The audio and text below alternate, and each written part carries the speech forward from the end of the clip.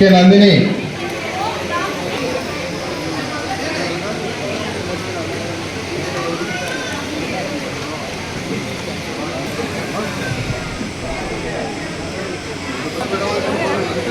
పాల సత్యం రెడ్డి,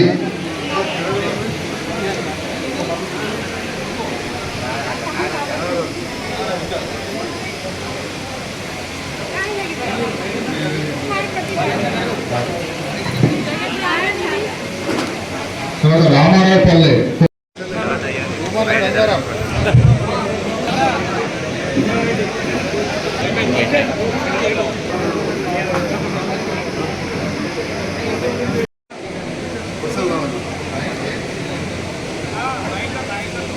డొనేషన్ చెక్కులు ఉన్నాయా? బొప్పర్పూర్ మా చెప్తారు.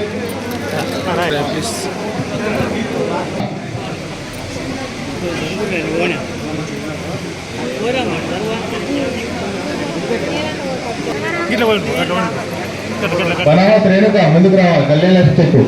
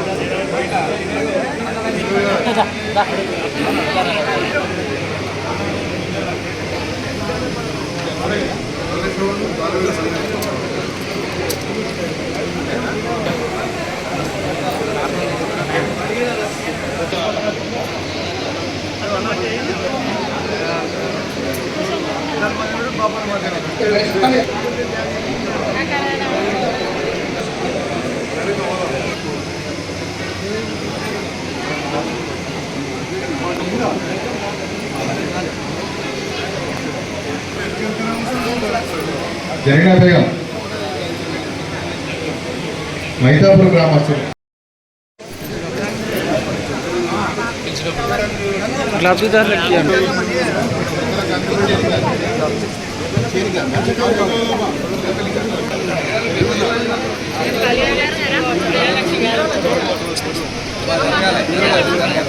పేర్లు వినిపిస్తారు కదా, నిలబడతారు.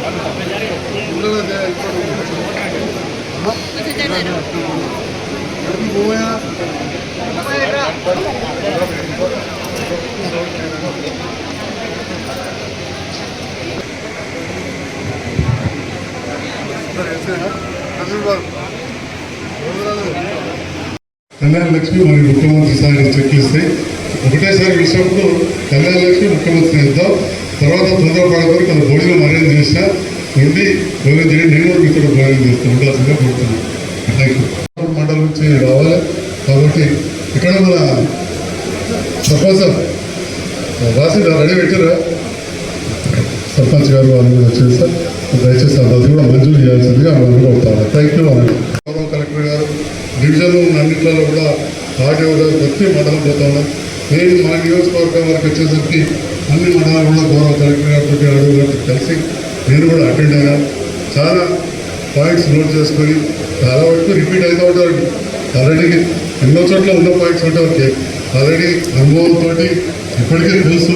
ఫస్ట్ అన్నీ చేసుకొని ఇప్పుడే ఎప్పుడు మనకు అవన్నీ కూడా పాయింట్స్ ఫార్వర్డ్ చేస్తామని జూన్ 2 నుంచి ఏదైతే ఇంప్లిమెంట్ కాబోతుందో ఆ లోపల రూల్స్ ఫ్రేమ్ అయ్యేటప్పుడే మనం ఏదైతే మీరు ఇక్కడ సలహాలు ఇచ్చిన అవన్నీ కూడా ముఖ్యంగా అసైన్ భూముల విషయాలు మన బోర్రపల్లి జగన్నాథ్పూర్ లాంటి గ్రామాలు కూడా చాలా ఇబ్బందికరంగా ఉన్న విషయం మనందరూ ఇప్పుడు తెలుసు. రైతులకు లోన్లు రాక ఇవన్నీ కూడా.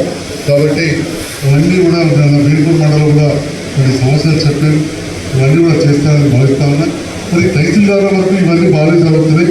గౌరవ కలెక్టర్ గారు ఉన్నది కాబట్టి ఒక చిన్న విషయం ఏంటంటే మరి సబ్ రిజిస్టార్ లెవెల్లో ఏమైతే చూస్తారంటే ఎక్కడ 2 ఎకరాలు అమ్మినప్పుడు వాటి 20 గుంటలు 18 గుంటలు రిజిస్ట్రేషన్ చేసి లేఅవుట్ లేకుండా ప్లాట్లు పెట్టి కట్టడం వల్ల ముఖ్యంగా సబర్బన్ ఏరియాలలో చాలా ఇబ్బంది జరుగుతారు.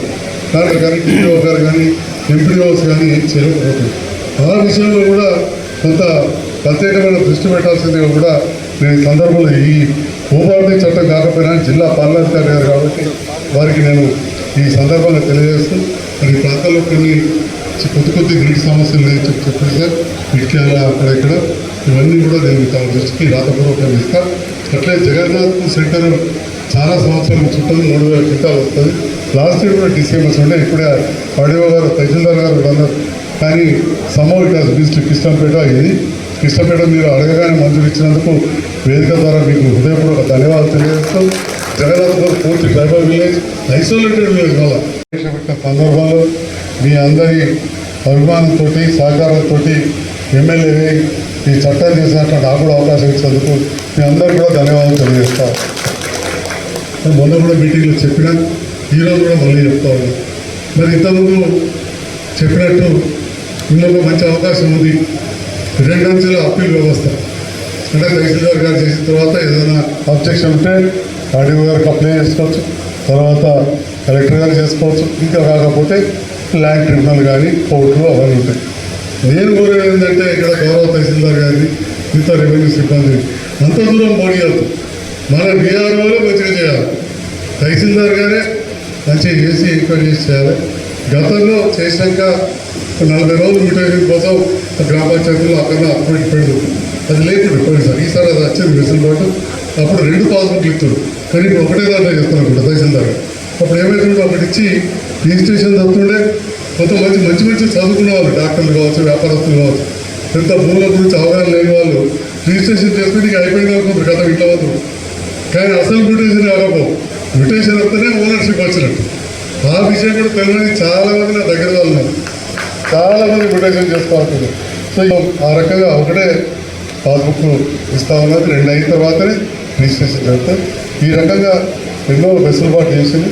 అది తప్పకుండా తహసీల్దార్ గారు లెవెల్లోనే, ఎందుకంటే గ్రామ స్థాయి అధికారులందరూ కూడా వారి చేతులు ఉంటారు కాబట్టి రేపటి నాడు విఆర్ఓ వ్యవస్థ కూడా వస్తుంది కాబట్టి ఒక తహసీల్దార్ గారి లెవెల్లోనే చాలా పకడ్బందీగా మంచిగా జరిగితే బాగుంటుందని చెప్పి నేను మనస్ఫూర్తిగా భావిస్తూ మా రైతు నాయకుల పక్షాన కూడా భావిస్తూ మరి చాలా విషయాలు కూలంకుషంగా చర్చిస్తూ ఉన్నారు. రెగ్యులర్గా దాన్ని అప్డేట్ చేసుకుంటాం. లేదు కొన్ని రోజులు దాదాపు ఒక సంవత్సరం కూడా ఎలాంటి మాడ్యూల్స్ కూడా లేకుండా కలెక్టర్లకు కానీ ఆడియోలకు కానీ చేంజ్ చేయకుండా తర్వాత ఒక సంవత్సరం తర్వాత కొన్ని మాడ్యూల్స్ కలెక్టర్లకు అధికారాలు ఇచ్చారు. దానివల్ల చాలామంది చాలా రకాలుగా సఫర్ అవ్వలేదు. రెండవది, ఇంతకుముందు చాలా డీటెయిల్గా అధికారులు గౌరవ కలెక్టర్ గారు చెప్పారు.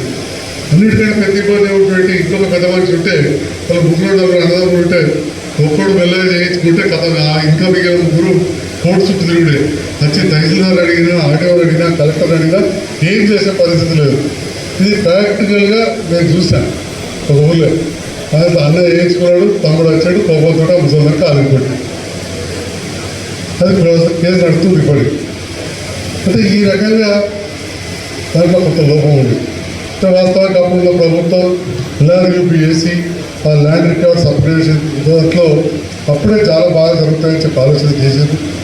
రకరకాల కారణాలు మనందరం కూడా చూసినాం. తర్వాత పాస్బుక్లు చూస్తే అన్నింటిలో కూడా ఇంతకుముందు భక్తులు చెప్పినట్టు ఏది చూసినా అనువంశికం అని పడుతున్నాడు. అంటే మనకు వంశపరంపరగా వచ్చింది. కొన్ని అన్నీ కూడా అదే కొట్టుకుంటూ పోయారు కంప్యూటర్ ఆపరేటర్. ఇవన్నీ కూడా కొన్ని పొరపాటు జరిగినాయి. అటువంటి సందర్భంలో మళ్ళీ చట్టాన్ని మార్చాలని ఆలోచన చేసి మంచి రైతు నాయకులను, లీగల్ ఎక్స్పర్ట్స్ వాళ్ళందరినీ కూర్చోబెట్టుకొని ఈ భూభారతి చట్టాన్ని అది చేసి ఇంతకుముందున్న ధరణి వ్యవస్థలో అప్పీల్ వ్యవస్థ అనేది లేదు. తహసీల్దార్ లెవెల్లో తప్పు జరిగింది అంటే అది కోర్టుకి వెళ్ళి సివిల్ కోర్టుకి వెళ్ళి డెసిషన్ తెచ్చుకోవాల్సిందే, దాన్ని ఇంప్లిమెంట్ చేయడం జరిగేది. బట్ ఇప్పుడు ఏ రికార్డ్ ఆఫ్ రైట్స్లో ఏ ఇష్యూ ఉన్నా మన తహసీల్దార్ తీసుకున్న డెసిషన్ ఏమైనా ఉందంటే 2 నుంచి అప్పీల్ వ్యవస్థలో ఆర్డీఓకి కలెక్టర్ లెవెల్లోకి అప్పీల్ చేసుకోవచ్చు. అలాగే ఆర్డీఓ లెవెల్లో ఏమైనా అప్పీల్ డెసిషన్ తీసుకుంటే కలెక్టర్ లెవెల్లో అండ్ బూత్ ట్రిబ్యునల్ లెవెల్లో కూడా అప్పీల్ చేసుకోవచ్చు. దీనివల్ల ఏంటంటే ఒకప్పుడు జరిగిన తప్పులన్నీ కూడా మనం కోర్టుకి వెళ్ళండి అని చెప్తూ ఉంటుండే. ఇప్పుడు ఏంటంటే కోర్టుకి వెళ్ళకుండా మన రెవెన్యూ రికార్డ్స్లో ఏ తప్పులు జరిగినా కూడా మన రెవెన్యూ వ్యవస్థలోనే ప్రాబ్లమ్స్ కూడా ఎనిమిది ప్రాబ్లమ్స్ సాల్వ్ చేసుకునే విధానం కూడా పెట్టుకోవడం జరిగింది. దీనివల్ల మనకి కోర్టుకు వెళ్ళి లాయర్ని తప్పించుకొని వాయిదా చుట్టూ తిరిగే ప్రెషర్స్ రైతుల టైం మనం సేవ్ చేయగలిగాం. అండ్ మన దగ్గరే రికార్డ్స్ ఉంటాయి, మనమే డిపార్ట్మెంట్ రెవెన్యూ రికార్డ్స్ మెయింటైన్ చేశారు కాబట్టి డెసిషన్ కూడా ఫాస్ట్గా తీసుకునే సదుపాయాలు కూడా మనం కల్పించుకున్నాం. అండ్ ఇవన్నీ కూడా జరిగిన తర్వాత కూడా మాకు అన్యాయం జరిగింది. ఏ లెవెల్లో రెవెన్యూ డిపార్ట్మెంట్లో కూడా మాకు అన్యాయం జరిగింది అనుకుని కోర్టుకి వెళ్ళాలనుకుంటే చాలా మంది పేద రైతులు కోర్టుకి వెళ్ళాలి, లాయర్ చుట్టూ తిరగాలంటే ఇబ్బంది అవుతుంది. కాబట్టి గవర్నమెంట్ చట్టంలోనే ఇన్బిల్డ్గా కూడా లీగల్ హెల్ప్ కోసం కూడా పెట్టుకోవడం జరిగింది. గవర్నమెంటే కొంతమంది లీగల్ ఎక్స్పర్ట్స్ని హైర్ చేసుకుని కొన్ని జిల్లాల్లో పెట్టడం జరుగుతుంది. మనం వాళ్ళ దగ్గరికి ఒక పేద రైతులు కానీ ఎవరైనా వెళ్తే వాళ్ళే పిటిషన్ ఫైల్ చేయడం కానీ, పిటిషన్ డ్రాఫ్ట్ చేయడం కానీ, లీగల్ సపోర్ట్, లీగల్ హెల్ప్ చేయడం కూడా మనం వనలోనే చేస్తాం.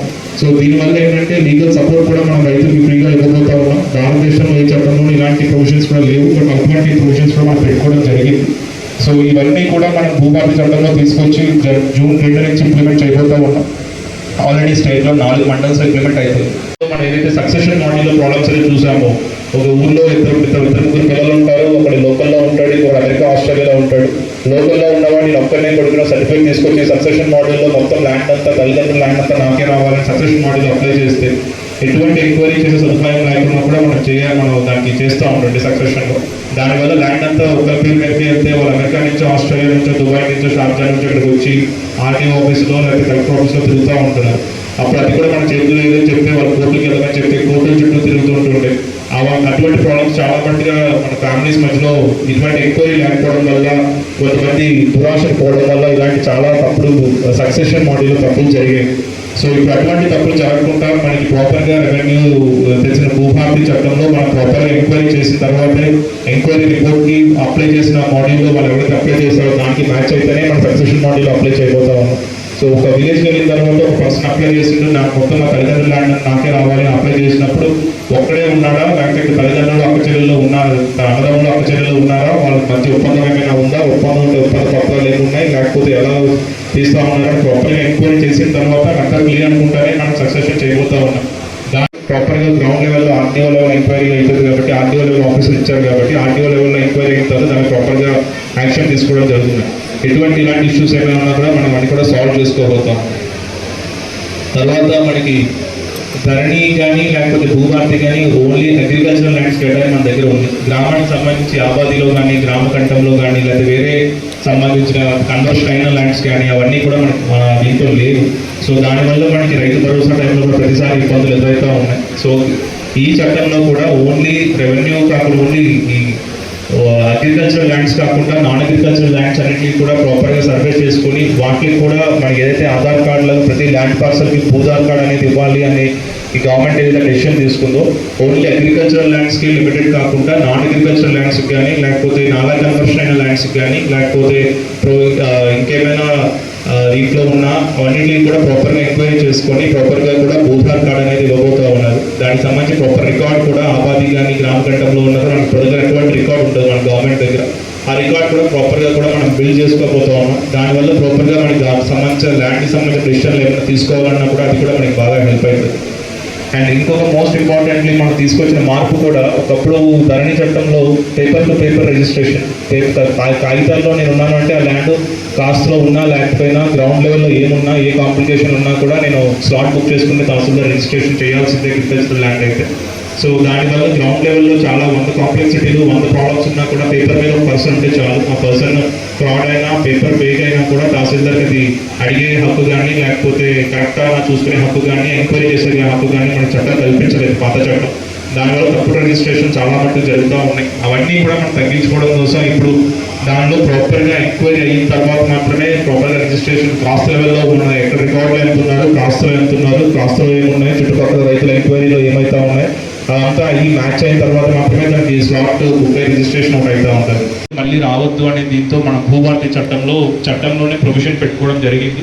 ఏదైతే 2020 సంవత్సరంలో మనకు వచ్చిన సుమారుగా 10,500 అప్లికేషన్లు స్టేట్ అంతా ఉన్నాయో అవన్నీ కూడా మీ సేవ ద్వారా వచ్చాయి కాబట్టి ఆన్లైన్లో డేటా అంతా భద్రంగా ఉంది.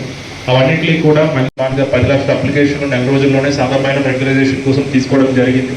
కాకపోతే అప్పట్లో ధరణి చట్టం వచ్చినప్పుడు ధరణి చట్టంలో రెగ్యులరైజేషన్ చేసుకోవచ్చు అనే ప్రొవిజన్ పెట్టకపోవడం వల్ల హైకోర్టు ప్రశ్నించినప్పుడు మీకు ఏ ప్రొవిజన్ దానికి లిమిటేషన్స్ కాక రికార్డుల్లో ఒకరు ఉంటారు, కాస్ట్లో ఒకరు ఉంటారు. అప్పటి ప్రభుత్వం 2020 సంవత్సరంలో కూడా అప్లికేషన్